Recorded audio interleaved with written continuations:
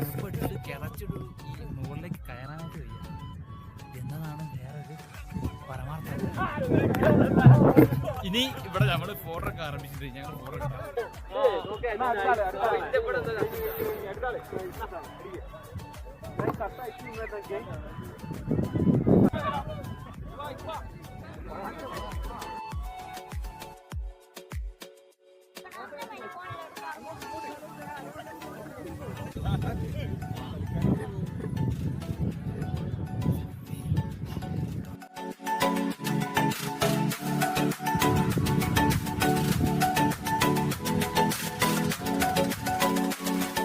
അപ്പം മച്ചാന്മാരെ നമ്മൾ ഈ ഒരു ഭാഗത്തേക്ക് ഈ മൊട്ടക്കുന്നിൻ്റെ ഈ ഒരു ഭാഗത്തേക്ക് വരികയാണെങ്കിൽ ഇവിടെ കണ്ടോ ഒരു സ്വിറ്റ്സർലൻഡിനെ